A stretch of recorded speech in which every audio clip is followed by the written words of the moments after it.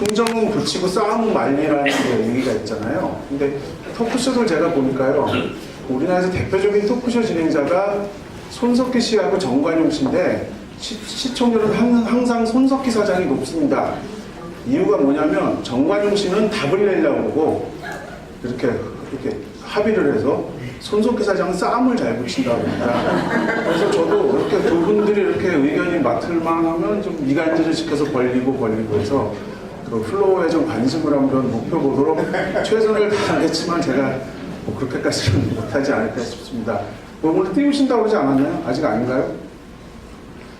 그 스카이캐슬 아까 그 앞에서 선생님들께서 많은 발표를 해주셨는데 일단 저희가 교육학적으로 일단 한번 보면은 이 스카이캐슬이라는 드라마 자체가 예외 집단에 대한 연구이기 때문에 일단 교육학자들이나 아니면 일반 대중들이 되게 관심을 가졌던 것 같고요.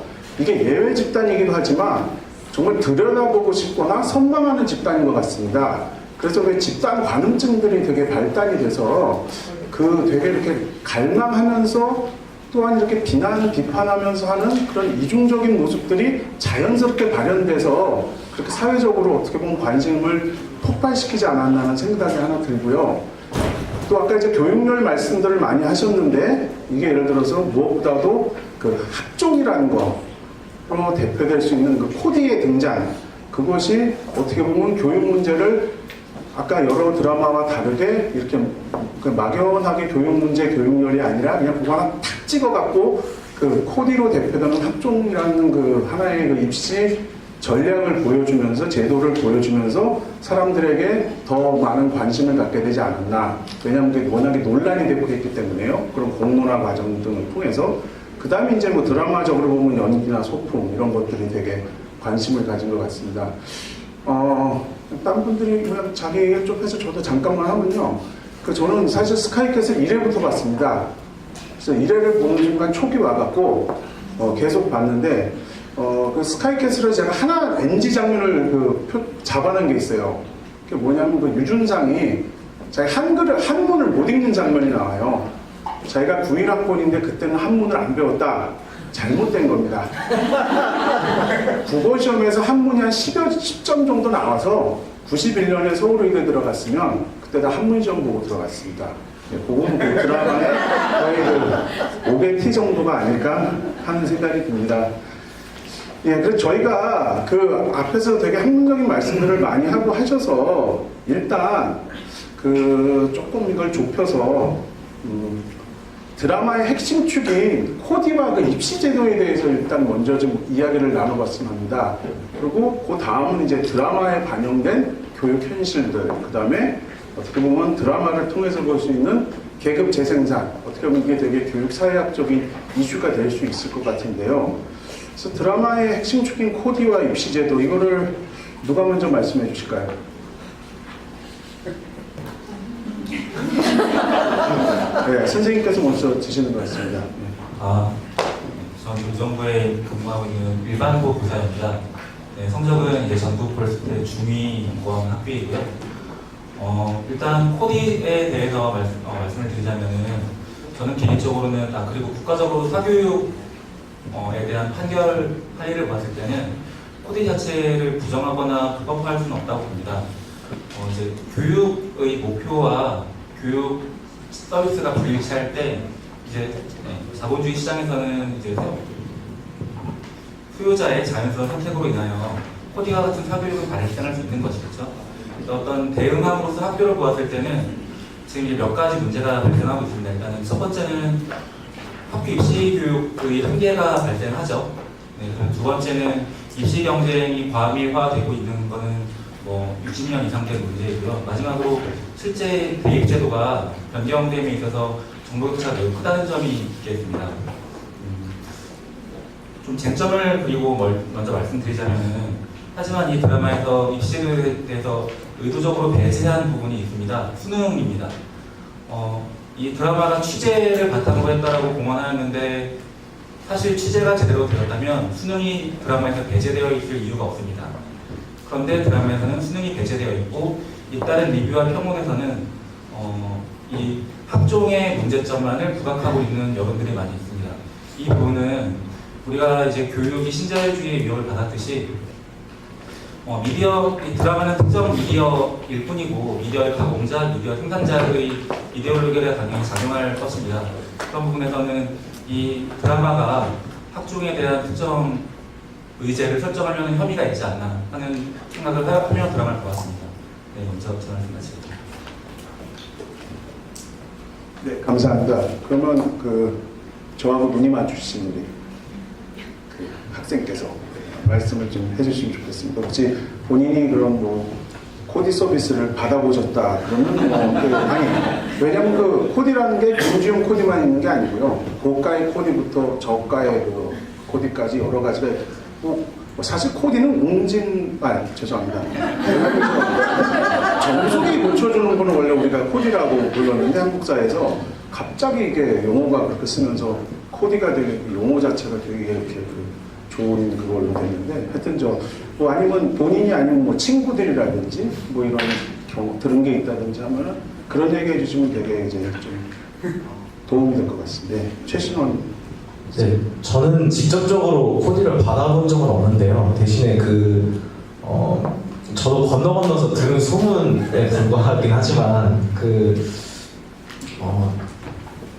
전반적인 코디라기보다는 고액 개인 지도라고 해야 되나? 좀 그런 형태로 나타났다는 거는 저도 몇 번 들은 것 같아요. 그래서 제가 저도 이제 어쨌거나 강남 지역에서 이제 학창 시절을 보냈었고, 그래서 왜 저런 게 생겼을까 그 원인에 좀 더 초점을 맞춰서 고민을 해봤거든요. 근데 제가 일단 저도 그렇고 주변 애들한테도 그러는데, 저런 게 생기게 된 가장 근본적인 이유는 좀 제도가 좀 되게 자주 바뀐다? 그게 가장 컸던 것 같아요. 아무래도 학생 입장에서는 솔직히 지금 확실히 주어진 공부 내용도 좀 잘 모르고 좀 잘 접근하기 어렵고 그런 측면이 강한데, 또 뭔가 새롭고 뭔가 새로운 게 도입이 되면은 도대체 저게 추구하는 바가 뭘까? 저게 그래서 우리가 결국에 뭘 해야 될까? 그런 거에 대한 어떤 지향점이라고 해야 되나? 그런 거를 제대로 잡아줄 수 있는 그런 정보의 기회가 좀 되게 적게 느껴졌던 것 같아요. 그래서 그런 불확실성, 불안감이 커짐으로 인해서 그래서 저런 그런 코디나 아니면 개인 교습이나 그런 게 더 생겨나지 않았을까 이렇게 생각을 한번 해봤습니다. 네, 감사합니다. 그러면 실제로 자제분을 키우시고 계시는 저희 학부모님께서 한 말씀 해주시기 바랍니다. 네, 저는 지금 이제 아이가 20살이 되는데요. 사실 저도 저희 아이를 임신했을 때부터 우리나라 교육에 굉장히 관심이 많았더라고요. 아마 모든 엄마들이 그랬을 것 같고요. 그때부터 이제 어떤 유치원을 보내야 될까? 어떤 초등학교 가는 게 좋지? 사립을 보내야 될까? 그냥 공립 가까운 데 가야 되나? 이런 고민부터 시작을 해서 중학교 가니까 또 특목고를 가지 않으면 좋은 대학에 갈 수 없다라는 약간 그런 불안감이 아이가 이렇게 스스로 그거를 느끼더라고요. 그러면서 지금은 오히려 어떻게 보면 대학 입시보다 고등학교 입시가 굉장히 큰 비중을 차지하고 있다는 그런 생각이 지금 들고 있고요. 그리고 이제 좀 전에도 말씀하셨듯이 입시제도가 너무 바뀌잖아요. 이게 그러니까 진학할 때마다 입시 설명회가 열려요. 그러면은 거기에는 정말 엄마들이 굉장히 많이 모일 수밖에 없죠. 새로운 입시 제도를 어떻게 우리가 받아들이고 어떻게 준비를 해서 아이를 우리가 좋은 대학을 보낼 수 있을 건지에 대한 관심이 너무나 많기 때문에 정말 강당이 꽉 차도록 사람들이 모일 수밖에 없는 상황이고요. 우리 스카이캐슬에 나오는 사람들처럼 돈만 있다면 정말 코디를 써서 좋은 대학을 보내고 싶어 하는 것이 엄마들의 당연한 심정이 아닐까 이렇게 생각을 합니다. 아울러서 제 개인적인 얘기를 하면 저희 남편이 예전에, 지금은 아니지만 지금 이제 직장을 다니는데 예전에 강남에서 꽤 아주 유명한 학원의 수학 강사였었거든요. 그때 이야기를 제가 이제 들은 적이 있었는데 학부모들의 그런 불안감을 조장을 해서 얘기를 하면 이제 일례를 어떻게 얘기하냐면 지금 1년에 1억을 투자해서 아이가 나중에 1년에 10억을 더 벌 수 있다면 투자하시겠습니까? 이렇게 물어본다는 거예요. 그리고 제가 이 아이를 가르치면 6개월 안에 간에서 뭐 몇 등 안에 들게 하고 1년 안에 서울에 있는 무슨 대학에 보내드리겠습니다. 이렇게 얘기를 하면 정말 가지고 있는 돈을 다 주고서라도 아이를 맡길 수밖에 없는 그런 상황이 된다는 거죠.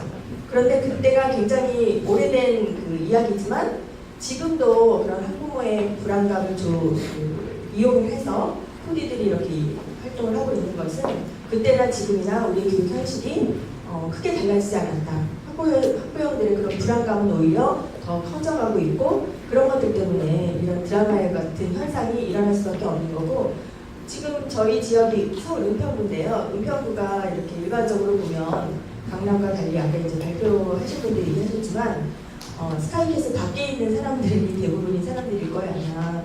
그 사람들도 코디라는 이야기를 듣고 이제 혼자 코디를 부르기에는 비용 부담이 너무 크니까 그룹으로 이렇게 모여서 우리 코디를 한번 불러볼까? 이렇게 얘기를 할 정도로 이제 관심이 많아졌다는 거죠 오히려. 현실이 지금 그러한 상황이라고 생각이 듭니다.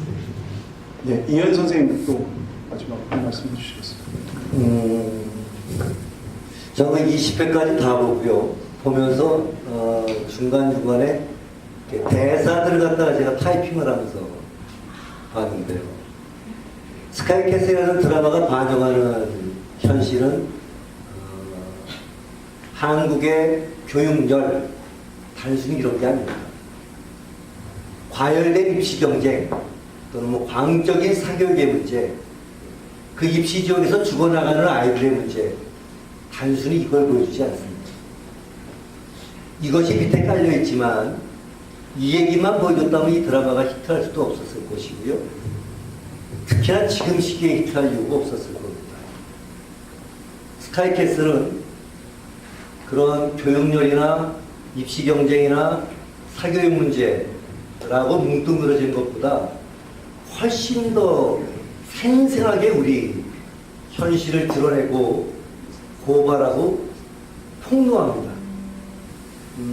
아쉽게도 아까 잠깐 보니까 드라마를 안 보신 분들이 많으신 것 같아서 뒤에 제가 혹시 더 얘기할 기회가 있으면 생생한 대사들 좀 전해드리는데, 사교육은 지금만 문제가 되는 게 아니고요. 입시 경쟁도 그렇습니다. 예를 들면 1970년대 본고사 시대 때 만들어진 말이 우골탑이었습니다.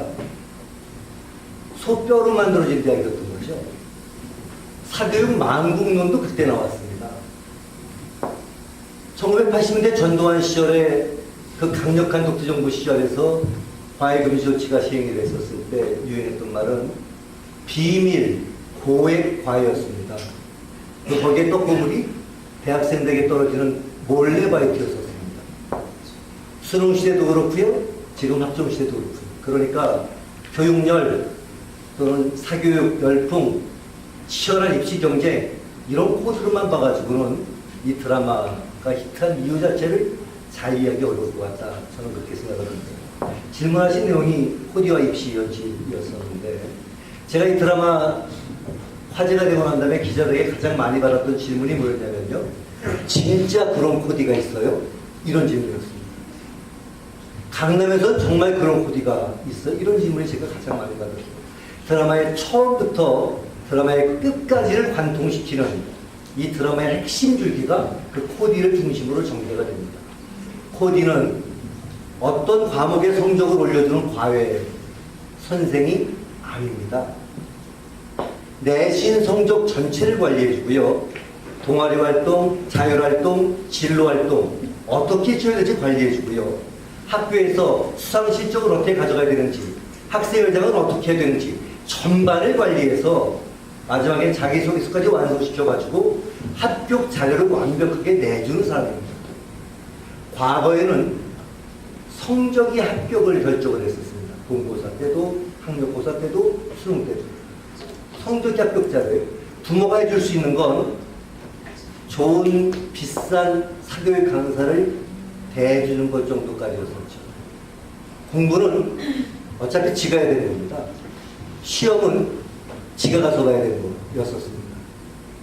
코디는 아까 말씀드린 자료를 다 만들어주는 사람이고요.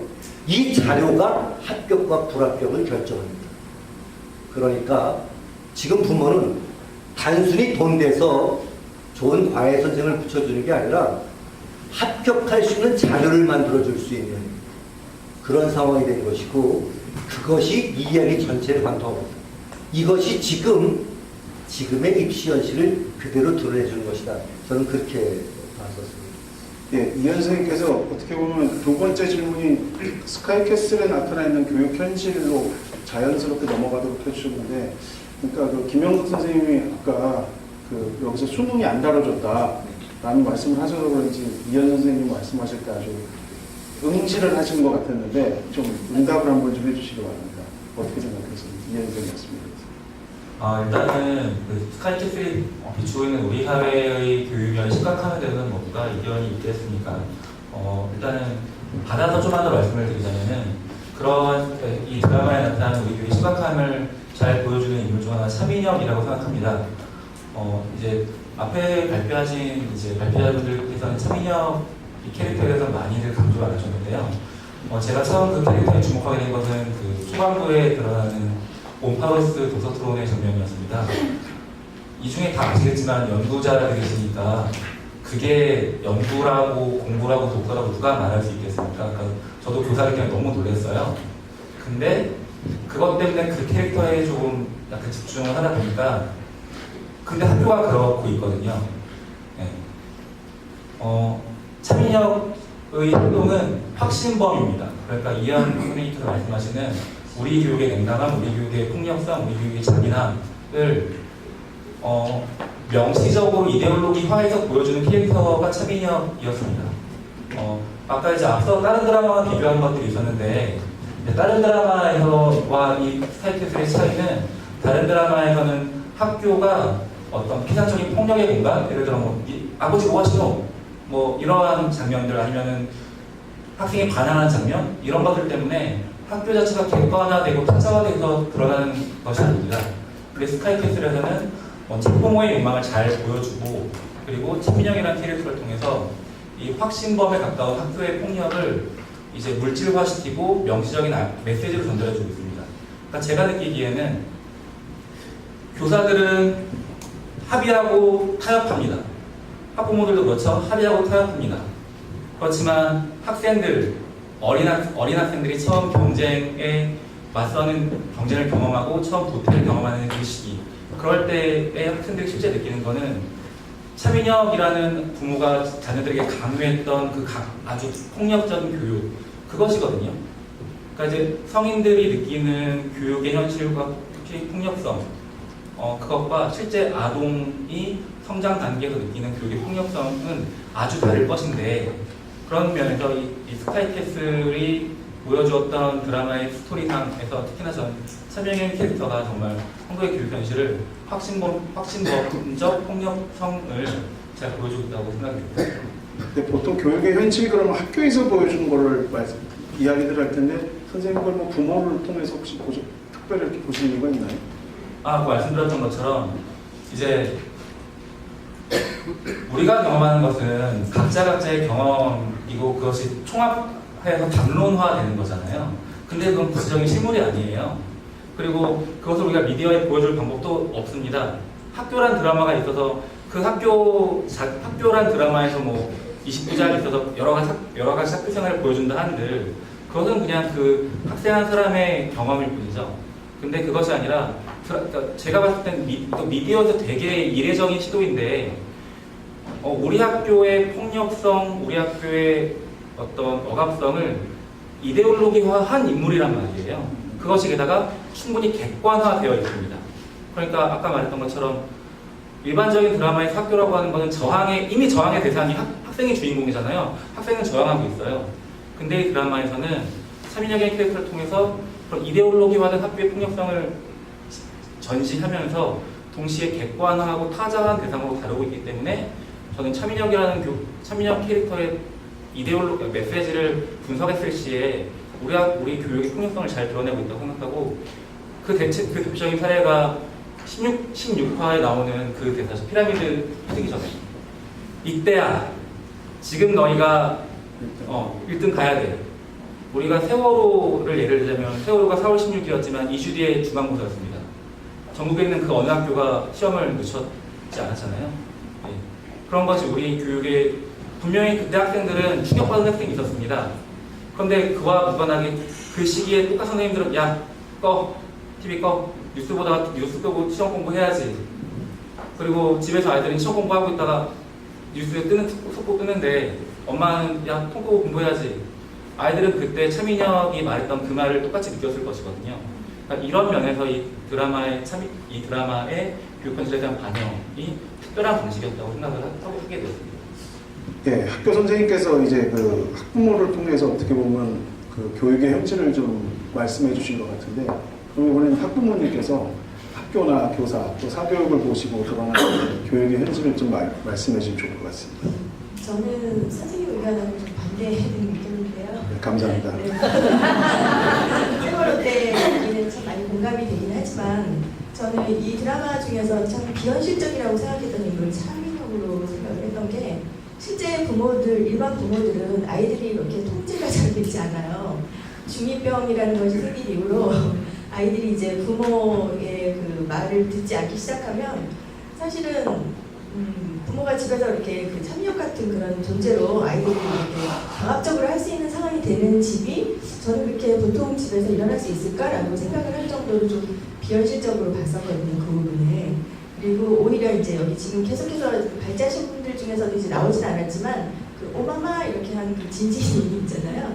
그 캐릭터가 오히려 이제 저희 일반적인 부모들의 그런 어떤 상징적인 그런 모습이 아닐까라고 생각한 거는, 진진이라는 여성은 그 굉장히 그 상류층 여성이지만 또 그 더 위로 올라가고 싶고 아이를 그렇게 이제 대물림 시키기 위해서 계속해서 이제 한선진 옆에서 잘 이렇게 아부를 하고 그렇게 지내잖아요. 그러다가도 또 이제 그 한서진이 원래는 이제 아주 가난한 집 딸이었다는 그 사실을 알면서 굉장히 돌변하고 사람이 바뀌어요. 그러니까 굉장히 이 사람이 이랬다 저랬다 막 금방 바뀌기도 하고 금방 막 화를 냈다가도 이렇게 실수네 이렇게 굉장히 변덕도 심하고 이런 사람인데, 실제 엄마들은 그렇다는 거죠. 실제 엄마들은 어디서 이런 얘기를 들으면 정말 그런가 하고 그거에 대해 굉장히 귀를 기울이면서 이렇게 안 하면 또 안 될 것 같은 불안감이 있다가 또 그게 아니래 이거래 하면 또 그 얘기에 귀가 쏠리거든요. 그러니까 우리 엄마들의 심정은 뭔가 좋다라고 하는 얘기는 다 듣고는 싶은데 정말 뭐가 진짜인지 알 수가 없는 그런 상황인 거예요. 그러니까 좀 미론 속에 있다라고 표현할까요? 그러니까 아이들을 정말 잘 키우고 싶은 마음은 정말 한결같이 똑같으나 내가 가지고 있는 정보와 내가 가지고 있는 재력이 우리 아이를 정말 높은 지위로 올릴 수 있는데 너무 부족하다는 생각과, 일반 부모들이 다 그렇잖아요. 우리 필슬에 있는 부모들을 제외한 그 보통 사람들의 부모들은 그렇기 때문에 우리들은 그 학교 교육에서 좀 이 부분을 해결해 줬으면 좋겠다라고 생각을 하고 있는 거죠. 그리고 실제 저희 아이도 본인이 중학교에 입학을 하면서 특목고 진학을 원했어요. 그러니까 저희는 부부가 다 조기 교육 이런 거를 절대 반대하는 그런 이제 교육관을 가지고 있었기 때문에 학원도 보내지 않았었는데, 어느 날 이제 중학교에 입학하더니 친구들이 좋은 대학교를 가려면 특목고 가야 되는데 엄마 그래서 나 학원 보내줘 이렇게 얘기를 하기 시작하더니 학원 가게 해달라고 쫄라대더라고요. 그래서 제가 할 수 없이 그래 너가 원하면 가게 해주겠지만 엄마가 생각하기에는 대학을 위한 공부는 마라톤인 것 같다. 이렇게 단거리처럼 빨리 달리다가는 금방 지쳐서 나중에 정말 대학을 가야 될 시기가 되면 그때는 오히려 힘들어서 또 못하게 될 수도 있지 않을까? 너무 빨리 달릴 건 아닌 것 같지 않아? 그랬는데 그래도 자기는 늦었다는 거예요. 이미 다른 친구들은 초등학교 때부터 공부를 시작했고 나는 이제 시작하기 때문에 빨리 지금이라도 하루라도 빨리 이제 그 학원을 가지 않으면 큰일 난다고 얘기를 해서 학원에 보냈거든요. 그렇게 하더니 이제 당연히 그 학원에서 그 항상 하는 그 수법 있잖아요. 레벨 테스트에서 아직 못 나오게 이렇게 해서 애를 자극하다고. 그래서 자기는 그 레벨 테스트에서 꼭 상위 클래스로 올라가기 위해서 정말 시급을 전폐하고 공부를 했어요. 그래서 정말 탑 클래스까지 갔거든요. 그러니까 공부 잘하고 하니까 이제 학원에서는 이 아이가 이제 또 외국어가 좀 소질이 있어요. 그러니까 외국어를 듣느라 이렇게 이제 학원에서 임의로 딱 결정을 해가지고 아이를 그냥 외고에 갈 애로 해서 진학반을 이렇게 해가지고 이렇게 하더라고요. 근데 제가 아무리 생각해도 이제 원서 쓸 쯤이 됐는데 이건 아닌 것 같아서 다시 한번 이제 아이하고 마주 앉아서 깊게 얘기를 나눠봤어요. 너 정말 외고 가고 싶으니? 외고 가서 나중에 뭐 할 건데? 너가 하고 싶은 게 뭐야? 라고 계속해서 이렇게 얘기를 나눠보니까 아이도 결국에는 그냥 학원에서 외고 가면 그래도 대학 잘 간다 했으니까 내가 외고는 합격할 수 있대. 그래서 나는 외고 간다고 생각했는데 거기까지 미쳐. 그러니까 그 이유를 생각해보지 못했던 거죠, 아이가. 근데 저랑 얘기를 나눈 과정에서 본인은 문과가 아니라 이과의 적성이 더 많다라는 그런 이제 결론을 내리고 결국엔 나중에 외고를 포기하고 이제 다른 특목고를 지원을 했는데 너무 이제 그 시기가 늦은 바람에 자소서며 이런 것들이 거의 준비가 안 된 상태고 아이 혼자 준비해서 가기에는 우리 교육 현실이 또 그렇게 녹록하지가 않더라고요. 그래서 상위 등급이었고 거의 뭐 내신 등급 완벽했지만 특목고에 진학을 못했어요. 그리고 일반고에 진학을 했는데 일반고에 가서 아이가 이제 적응을 못한 게 수업 분위기, 이 학업 분위기가 너무나 이제 본인이 기대했던 거와는 다른 거죠. 거의 대부분의 아이들이 엎어져 자고 있고 그 어느 선생님 한 분도 모든 선생님이 그러시진 않겠지만 자지 말아라 깨워서 이렇게 하시는 분도 없으시고 그러니까 아이도 거기 그 상황에서 자기는 특목고를 못 갔다는 그런 어떤 그 실패감에 있는 데다가 학교 분위기조차 그러니까 전혀 적응을 못했어요. 그래서 너무 힘들어해서 제가 학교 선생님께 찾아가서 학교의 상담 선생님과 좀 상담을 할 수 있었으면 좋겠다. 그렇게 얘기를 했더니 학교 선생님이 그런 건 개인적으로 밖에서 알아서 하시는 거라고 네, 그렇게 말씀하시더라고요. 그래서 저도 더 이상 학교에 이제는 기대할 것이 없다라는 생각이 들었고 아이가 굉장히 고민을 많이 하다가 아이가 한국에서 그 친구들이 이렇게 친구가 아닌 거예요. 친구가 아니라 정말 경쟁자인 거죠.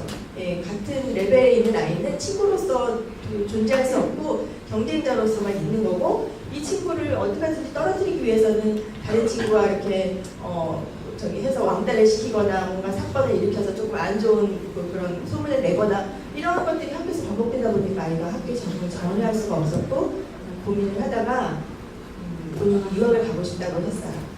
네, 그래서 저는 결국은 유학을 네, 지금 보내서 뉴질랜드에 가서 공부를 하고 있거든요. 근데 지금 굉장히 사실은 뭐 제가 뉴질랜드 아이를 그 보낸 입장에서 우리나라 한국어를 대표할 수 있을까라는 고민을 사실 하긴 했는데 대표하시는 거 아닙니다. 네, 대표하시는 거 아니에요. 네, 하지만 제가 이제 그 과정을 다 겪은 사람으로서 그리고 우리나라 학교 교육과 우리나라 사회 분위기에 너무 많은 또 좀 지친 그런 마음이 있었기 때문에 네, 그 얘기를 또 오늘 나누고 싶었고요. 그런 면에서 선생님 입장과는 다르게 저는 좀 학교에 그것을 좀 묻고 싶다라는 그런 얘기를 좀 드리고 싶습니다. 네, 스카이캐슬이 뭐 여러 가지로 볼 수 있지만 그건 뭐 교육 드라마로 이제 교육에 관한 얘기를 많이 하는데 사실은 배경을 보면 집이 제일 많이 나와요. 그 상당히 가정 드라마 아닌가 하는 이제 생각을 하게 하는데 이제 대신에 이제 배우들이 이렇게 말로 풀어가기 때문에 그 내용에 좀 집중을 하게 되고 워낙에 딕션들이 좋아갖고 이렇게 끝까지 그걸 안 놓치게 이제 아주 심장이 그야말로 쫄깃쫄깃하게 만드는 그런 장면들이 많이 나오는데 오히려 그 선생님께서는 가정 얘기를 하시고 그 학부모님께서는 이제 어떻게 보면 그 드라마에도 잘 드러나지 않았다는 학교 얘기를 말씀하셨는데 아마 여기 계신 모든 분들 중에서 가장 고등학교를 최근에 다니셨을 최신원 학생께서 뭐 본인의 고등학교 얘기나 아니면 또 스카이캐슬을 통해서 보는 뭐 학교 얘기도 좀 섞어서 해주시면 좋을 것 같습니다. 네, 일단 저는 고등학교를 압구정에 있는 현대고등학교를 나왔는데요. 그냥 H까지만 해주셔도 돼요. 근데 제가 왜 굳이 그 이름까지 말을 했냐면은 제가 다닐 때는 자사고가 아니었고 그냥 소위 말하는 일반고였대요. 네, 일반고였고 자사고 지정 전에. 네네네. 되게 오래된 과거처럼 말씀을 하시는데 네. 몇 년도의 이야기죠, 그게? 그게 아마 네, 정확한 연도는 잘 4.1운동이 일어나는 한 100년쯤 전 이야기죠. 네. 말씀하셨습니다. 그래서 제가 저도 이제 고등학교에 진학을 해서 공부를 했는데 그 같은 진학한 그 애들 중에서 처음에 딱 고등학교 1학년 때 되게 상위권을 차지하는 애들이 되게 많았거든요. 근데 걔네들의 거의 공통적인 배경이 뭐였냐면 인문계였던 애들은 나 외고 준비했었다 거나 아니면 이공계였던 애들은 나 과거 준비했었다 였거든요. 그래서 그때 중학교 때 미리 그런 것들을 준비했던 게 사실 그냥 일반고 가서도 거의 그대로 물론 약간 개인 편차가 있긴 하겠지만 거의 그대로 유지되고 있다는 거를 저는 조금 경험을 했었고요. 그리고 아무래도 일반고의 특성상